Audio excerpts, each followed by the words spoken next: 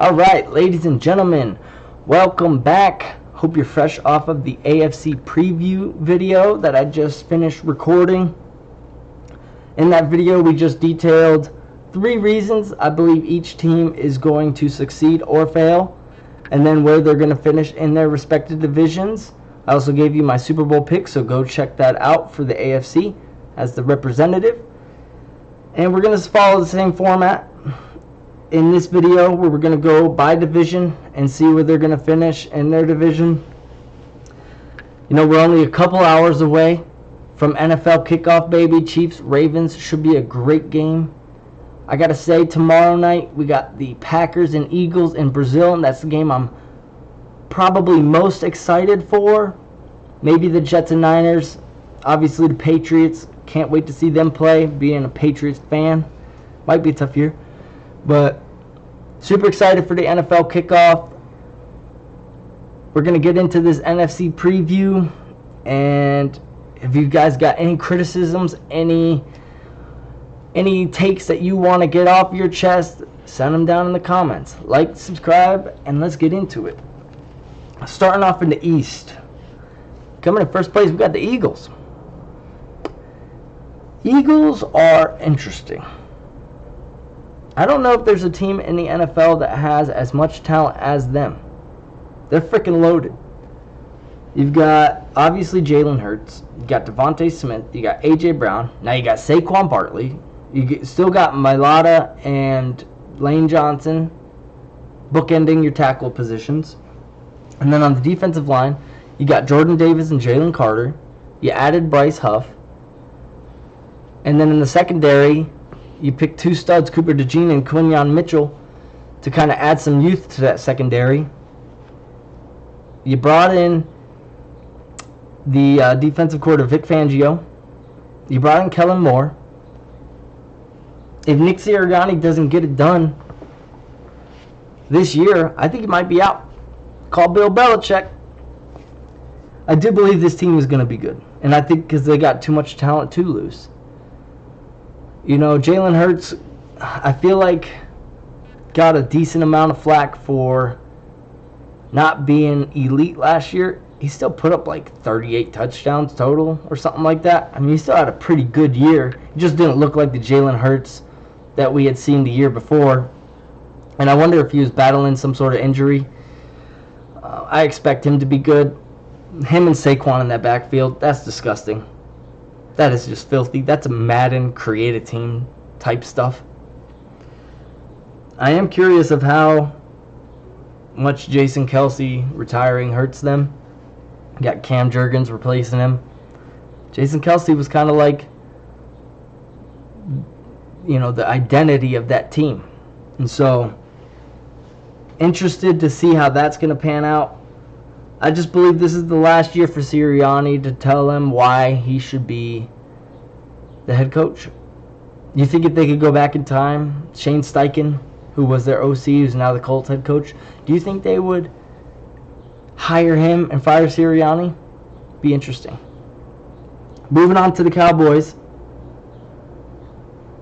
They are coming in second, and I do think they'll be good. They've won 12 games 3 years in a row. I don't believe they'll win 12 this year. I still think they'll be in the playoffs. And I do believe that Dak deserves the money that he'll probably get, either from the Cowboys or in free agency. He's a good quarterback. No, he hasn't played good in the playoffs, but he gets you there every year. And eventually, I'm sure his playoff play will improve. But let's not act like this guy is some scrub. I mean, he's a very good quarterback, and he's had almost a 10-year career, and he's been one of the better quarterbacks for that time. And last year, you could argue that he was the best NFC quarterback in the regular season. Probably between Brock Purdy and Jared Goff and Jordan Love. I would say Dak was right up there, leading the pack, if not shortly behind.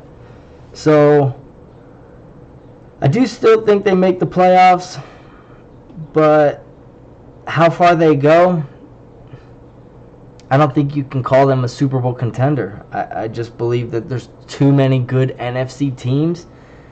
And when we talk about Super Bowl, it's like, okay, well, one, you still got to get through the NFC, but AFC is even more stacked. So I expect a little bit of a fall off, and that leads questions. What do you do with McCarthy? What do you do with Dak? CeeDee Lamb, they're working out his contract. Micah Parsons, they got a lot of money they got to pay.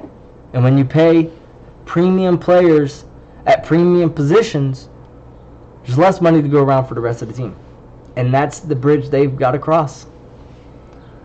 Last thing on the Cowboys, they lose Dan Quinn to the Commanders, and you bring in Mike Zimmer. Mike Zimmer's an incredible coach. I expect that defense to not fall off. They should still be good. They lose Gilmore, but they get back Diggs. So I expect that defense to still be very good and maybe keep them in it. Third place in the NFC East, we've got the Commanders, which, if we're talking about issues with the team, the freaking name, I mean, how can a room full of billionaires and millionaires come up over the course of a year with the Commanders and those shitty uniforms that they have? Get it together. Change the damn name. Make the team play with some sort of pride. Moving off that topic, because I could go on for a while, it's got to be Jaden Daniels. That's got to be their main storyline. Second overall pick, cross between Randall Cunningham and Lamar Jackson, with like a beautiful touch on the deep ball like Russell Wilson.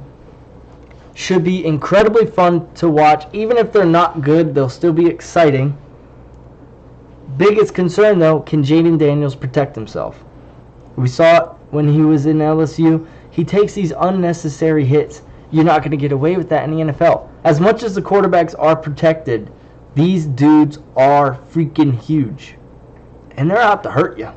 Maybe not intentionally, but they got a lot of money on the line. And their pride. And so if they got a free shot at the quarterback, you're damn right they're going to take it. So he needs to be able to get down or get out of bounds or just throw the ball away. Don't take unnecessary risk. This is your first year. You got a bright future. Make good decisions. Another thing on the offense is Brian Robinson going to break out this year. He's kind of been an under-the-radar back. You can see the skill. Out of Alabama, they always produce good running backs. Minus Trent Richardson. Does he break out? I think he could be in for a pretty good year. You know, they've got skill position players like Terry McLaurin, Dyami Brown, my goodness, excuse me. And they signed Noah Brown, called Dan Quinn called him a dog-ass competitor. Love it. Players love Dan Campbell, and I think it's because he brings that like stereotypical locker room speech in a football movie mentality. The rah-rah, like, gets the guys going. Players coach, very good defensive coordinator. So I expect that defense to take a step. You got Emmanuel Forbes, at their first-round pick last year. Will he take a step? You know, they lose Chase Young, but they still got Deron Payne and Jonathan Allen.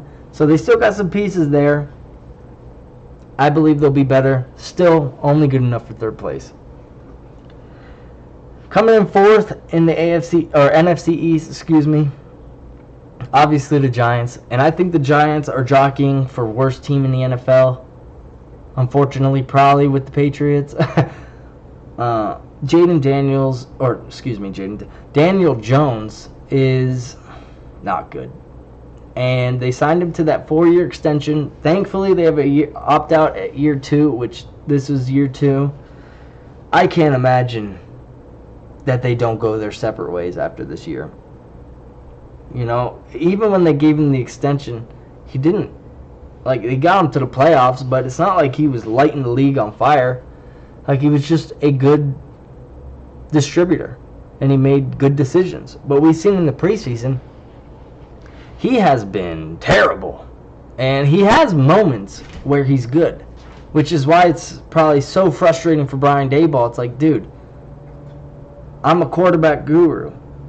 Like, just do what I say and we'll be fine. And it's almost like he has these brain lapses where he makes these terrible decisions. And easy to say, sitting here in my cozy chair I got from Staples. But when you're getting paid that amount of money, you can't make those mistakes. And so, outside of that, he's got Malik Neighbors, who is a stud. I think he's probably going to have maybe not a better year than Marvin Harrison Jr. due to the quarterback situation. I believe he's more talented than him, though. And we saw that catch he made in the preseason game, that back shoulder leaping grab toe tap. I was like, oh my gosh, this guy is insane. So, excited to watch him play. I will say, though, their defense is legit. Super, super legit. Deontay Banks, second year. You got Keon Thibodeau, Dexter Lawrence, and Brian Burns. Bobby Okereke, Isaiah Simmons. It's a pretty loaded defense. So, we'll see how that plays out. I still do think they're coming in last. Moving on to the AFC North. And headlining the AFC North. Wow, I keep saying AFC. NFC North. We got the Lions. And the big thing for the Lions is I believe they're going to get the same treatment the Texans are going to get, is that teams are ready for you now. Can you put up the same production, but with everybody knowing that you are a team to be taken seriously? There's a little bit of edge going into every week for the competitors because they know that you're not a team to be messed with. That's why the Patriots' run of dominance, the Chiefs' current run of dominance is so impressive because everybody knows to take you seriously. There's no trap game when you're a good team. All teams come to play you as hard as they can because they know they can't afford to not to. So can they sustain the level of success they had last year with a spotlight on them? Defense added some very key components. Terrion Arnold, Ennis Straw, Jack Campbell in his second year now. Will he take another step? Melifonwu, their strong safety / free safety. Can he take a step? Aiden Hutchinson obviously is a dog. So the defense was their weak spot, and it seems like they got better. And their offense, I think their offense is going to take another step. They probably got the best offensive line in the league. And Jahmyr Gibbs got to stay healthy. He's a beast. David Montgomery, very underrated. Amon-Ra St. Brown, congratulations on your contract extension. He's a sweet receiver. And Jameson Williams. I believe Jameson Williams will have a breakout. Will it be Justin Jefferson breakout? Probably not. But I could see Tyreek Hill style usage in his offense where really stretches the field, opens it up for Sam Laporta and Amon-Ra underneath, and then Jahmyr Gibbs. They don't have to load the box. So I still think the Lions are going to be the team to beat in the North and one of the teams to beat in the entire NFC. Excited to see that journey. Coming in second, we got the Packers. And Jordan Love, in my opinion, was the best second half quarterback last year. I mean, that dude was on a tear. I mean, he finished up towards the top of the league in touchdown passes, and it felt like they were all second half. Carried that into the playoffs. They mollywopped the Cowboys, and then they had the Niners right where they wanted them, and they couldn't finish it. But that was so exciting to see for their future because there's a huge question mark. Is Jordan Love going to pan out to anything? And it sure as hell didn't look like it the first half of the season. And he was kind of playing for his job, and he showed them why he deserves not only the starting quarterback role, but also that nice extension that he got. They've got the youngest team in the NFL and a young, brilliant head coach. They've got a very bright future. Expect them to go to the playoffs. And all the receivers are second or third years. They got a couple young tight ends. They just signed Josh Jacobs, which was a very big shocker for myself. You know, I believe Aaron Jones is very, very good, and I think everybody else believes that as well. Josh Jacobs is a beast, and he's younger, and he might have some more tread on the tires, but I still think he's got a lot more left in the tank. So excited to see how that plays out. They hired the head coach for Boston College as their defense coordinator. They fixed up that issue. They got talent on defense. They just drafted Barrett Cooper, linebacker. They've got Quay Walker out of Georgia, 2 years in now. Jair Alexander, who's one of the best cover corners in the NFL. And then they got Lucas Van Ness, Kenny Clark, and Rashawn Gary up on that front. So, lot to be excited about for the Packers this year. Packers fans, I think you're in for a good year. Following up the Packers, coming in third, we got the Bears. And no surprise here. What's the most exciting thing for the Bears this year? I don't know. Caleb Williams. Obviously. This dude looks legit. It's hard to judge things off of preseason because it's very vanilla defenses. Not a ton going on in offense. But the big thing takeaway is just how do they look in the pocket? How do they act as a pro? And he looks like a really cool dude that is an absolute baller. He made a couple throws that you can't, like, you don't have to factor in, oh, it's just the preseason. He made some throws that were like, damn, this guy, no wonder he was the first overall pick. So, I don't think also that there's been another former number one pick that walked into a better situation than Caleb Williams. Usually, obviously, when you're picking first overall, your team is terrible. Your coaching staff is usually fired. So everything is new. There's no talent. This team is pretty stacked for a first overall pick. They add Keenan Allen. They had DJ Moore. They draft Rome Odunze. They got Montez Sweat last year, which that trade turned out to be a very good one. Jalen Johnson looks like he's going to be one of the best corners. They got somebody else in the secondary. I mean, obviously, they got Kyle Fuller. He's pretty good. Jaquan Brisker. They've got some pieces on that team. DeAndre Swift. Totally forgot. They signed him. Who everybody thinks is more of an elusive back. Guy's pretty big. So, outside of that, one more little note. Is that trade they made with the Panthers, if Caleb Williams pans out, is that the greatest trade of all time? You get Caleb Williams, Rome Odunze, DJ Moore, and essentially Montez Sweat because they knew they could spend a second-round pick because they'd have one coming back. That's crazy. All-time blunder for the Panthers, all-time win for the Bears. Coming in last place, I got the Vikings, and it's no slight to the Vikings. I think they'll be a very competitive team. I could see Sam Darnold having an Alex Smith-type career resurgence where he's with a very good offensive line. He's got a couple stud receivers. TJ Hawkinson's coming back. Aaron Jones is in the backfield. He's finally in a situation that can benefit him, and he's got Kevin O'Connell calling the plays. It's a super big bummer that McCarthy got hurt. I was excited to see him this year. I thought that he would play at some point. Darnold would probably get majority of the playing time, but you still, even if he wasn't going to play, you still want to be healthy because you can still get those practice reps. Even though they're not first team, it's like you're still getting reps. So he's going to have to take mental ones, which can help even more. You know, these guys are all talented that go in the first round. So sometimes that's all what's up here. That's what Tom Brady said. I'm going to take his word for it. Outside of that, you guys had a horrible summer for injuries. You know, rest in peace to the young man who lost his life on your guys' squad. You guys had terrible luck this offseason, or this summer, I should say. But you do have a bright future. And Brian Flores seems to be a stud defensive coordinator.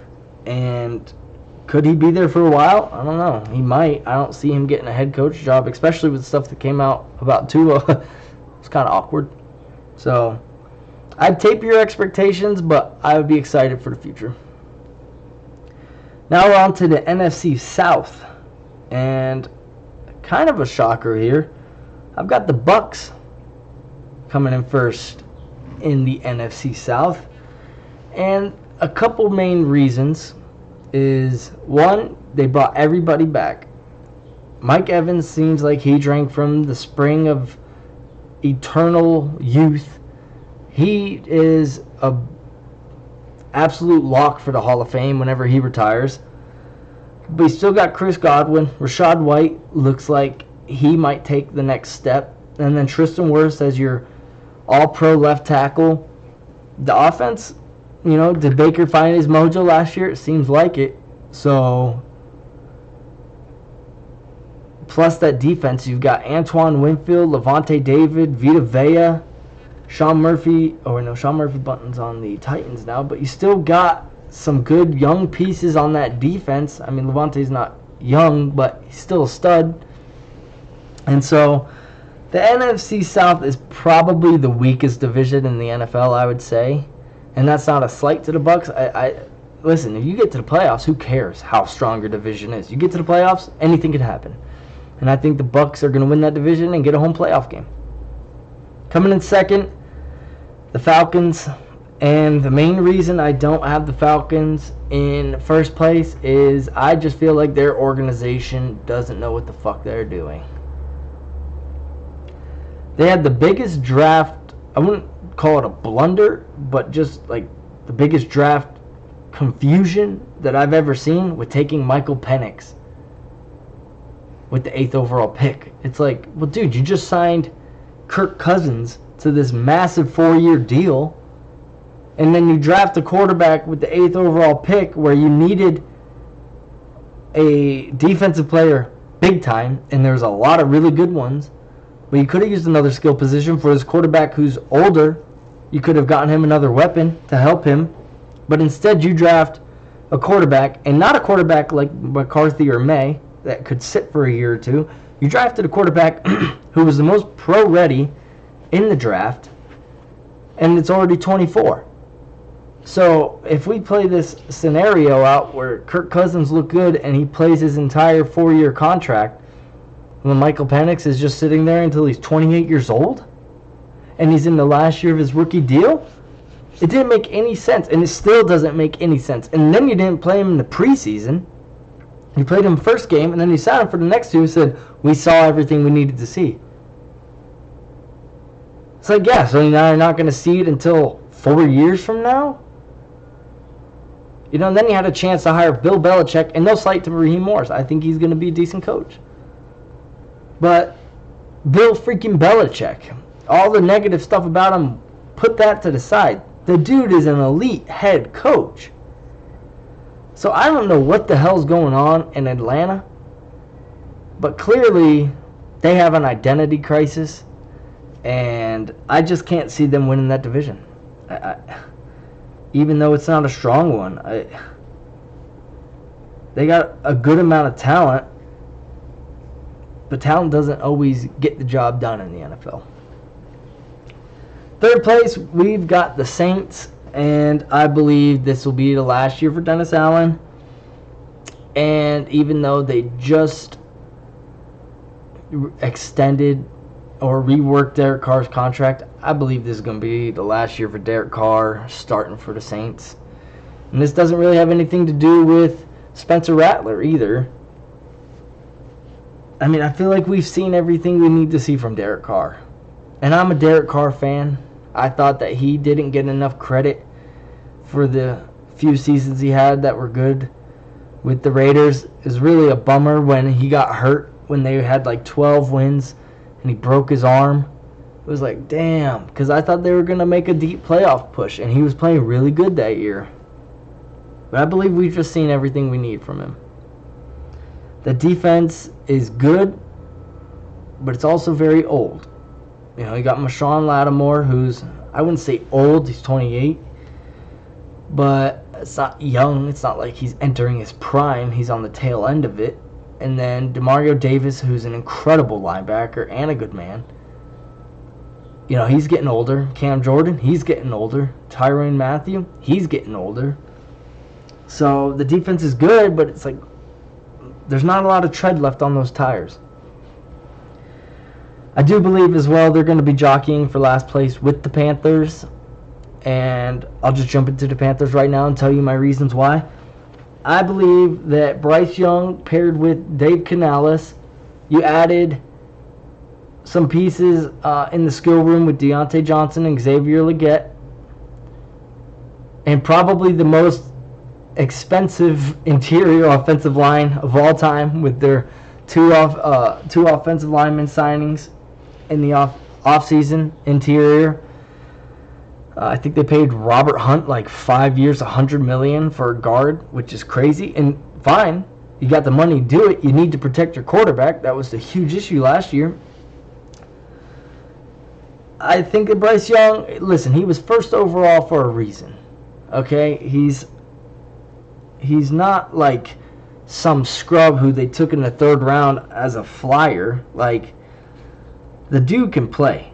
And this whole thing, can he see over the line? It's like, he played at Alabama, and he won the Heisman, and they were, like, in national championship contention each year. The dude can see over the offensive line. Alabama puts out 5 NFL offensive linemen, like, every 3 years. Like, I'm not worried about that. I am worried about the time he's going to get. And they solidified that, hopefully, with these offseason acquisitions. So, I think if they could go back in time, they probably would, well, barring from what we know of Caleb Williams, if they could just go back in time to last year with that trade, Brian Burns, they ship him out for a second-round pick anyways to the Giants. Wouldn't you rather keep DJ Moore and trade Brian Burns, which is apparently what the Giants wanted? They wanted a defensive player. I'm assuming either Derek Brown or Brian Burns, maybe J.C. Horn. Wouldn't you rather send one of those players off so you can keep DJ Moore, who is a stud, for your young rookie QB? That didn't make any sense. Still doesn't. I do believe Bryce Young is going to take the next step. I just believe there's limitations with this team. I mean, Dave Canales, he was with the Bucs last year. Baker took a big step, and then he was with Geno the year before when Geno took a big step. So I'd expect Bryce to take another big step. And then moving on to the last division in the NFC, we got the West. And coming in first, we got the Niners.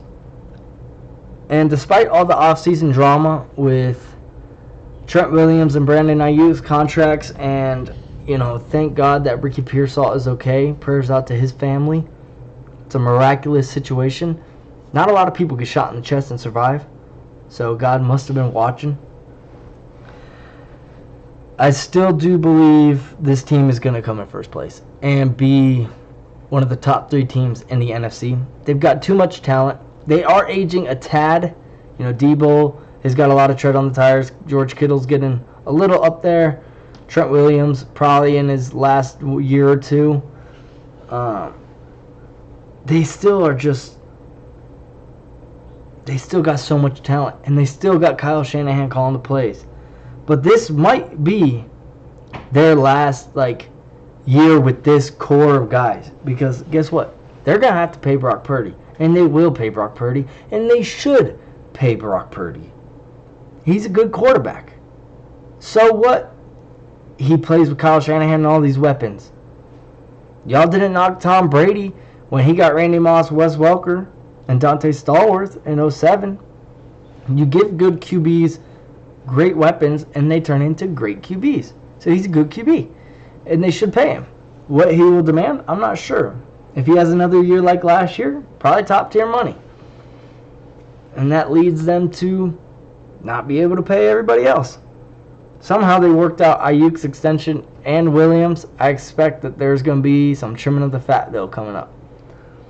One more touch on the Niners. Obviously, can they stay healthy? But even bigger, I believe their defensive coordinator, switching from Steve Wilkes to, I forget his name, but he's on the Jets staff. I think that their defense is going to have a resurgence. You know, they look pretty pedestrian at times last year, especially for all the talent they have. You know, they got a safety room with Halafunga and Jair Brown. Those two are studs. You know, Halafunga comes back after a torn ACL. They got Jadarius Ward and Lenore as their corners. Then you got Fred Warner, who's an all-pro linebacker, perennial. Dre Greenlaw is going to come back at some point. He's a thumper. And then you got Nick Bosa, who had kind of a down year, still put up decent sack numbers. Probably will get back to his perennial all-pro form. So I have a hard time believing they're not going to come in first. The only reason I could see them coming in second is because of the Rams. And the Rams are, spoiler alert, tied with another team for my dark horse.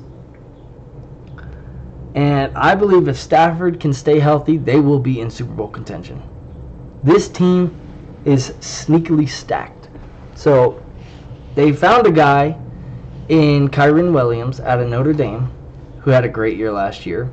They found an absolute dog in Puka Nacua, who looks like he's going to be a top 5 receiver. Sean McVay is an elite coach. He's probably a top 3 coach. I'd say him, Reed, and Shanahan are probably the best 3.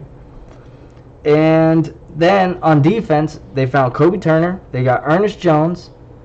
And then they just drafted Jared Verse and Braden Fisk, teammates out of Florida. I heard Braden Fisk is just a dude with a motor that never stops running. So, and then they signed Cameron Curl in Tre'Davious White in free agency. 2 guys to help shore up that secondary. And if Trey White can stay healthy, I mean, he's a very good corner when he's healthy. So, if Matt Stafford stays healthy, this team will be in the playoffs, and I think we'll be vying for a spot in the Super Bowl. Moving on to third, this is probably one of the top competitive divisions.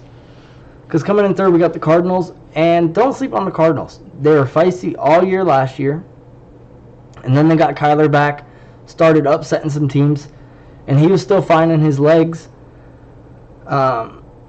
I'd expect, with the addition of Marvin Harrison Jr. and Trey Benson out of Florida State, that running back room now with Connor and Benson, those are a couple studs. Marvin Harrison Jr., and they got Michael Wilson and Trey McBride. And then on defense, you still got Budda Baker, and then you got a young safety in Jalen Thompson, who's pretty good. This team is going to be pretty feisty, and I wouldn't expect the world of them, but I wouldn't be surprised if they're in playoff contention towards the end of the year. And tailing the wagon, we got the Seahawks. And this kind of is, they're kind of getting the Raiders treatment here, where, you know, you've got a really good roster, but you don't have a QB. And we know how important a QB is, and it was important before the offensive-driven leagues, but it's even more important now since it's so much harder to play defense. They have such a stacked roster, though. On offense, I mean, you got DK, Smith and Jigba, Lockett, and Walker. That's gross. Pretty good offensive line. Then you bring in Mike McDonald, who is boy genius defensive coordinator. You got Devin Witherspoon. You got Tariq Woolen. You just drafted Byron Murphy. The defense could look a lot better because they've got the skill on defense. They just needed the scheme. And that's what they brought McDonald in here to do. It's just they don't got a quarterback. And I'm not saying Geno's not good. He's a damn good quarterback, relatively speaking. It's just, is he going to carry you to the Super Bowl? I don't know. Seems like not. So, that is my division shape-up and my NFC preview. And to summarize the whole thing, I'll give you my dark horse, which is the Rams. And then, to tail on to that, I think the Packers are going to be the NFC representative in the Super Bowl. And hear me out. Jordan Love, if he plays like he did in the second half, they already went to the NFC divisional round, went toe-to-toe with the Niners. They've gotten more experienced. They've shored up their defense. And Matt LaFleur is probably the most underrated coach. So I would expect the Packers to play against the Chiefs in the Super Bowl, and Chiefs go and get the three-peat. That's my season prediction, baby. Excited to see how it all plays out. You heard it first. Comment down below your takes. Excited to kick off, and I'll see you guys tomorrow as I post the Chiefs and Ravens summary / recap. And enjoy the season, guys. Glad to be back. Have a great day.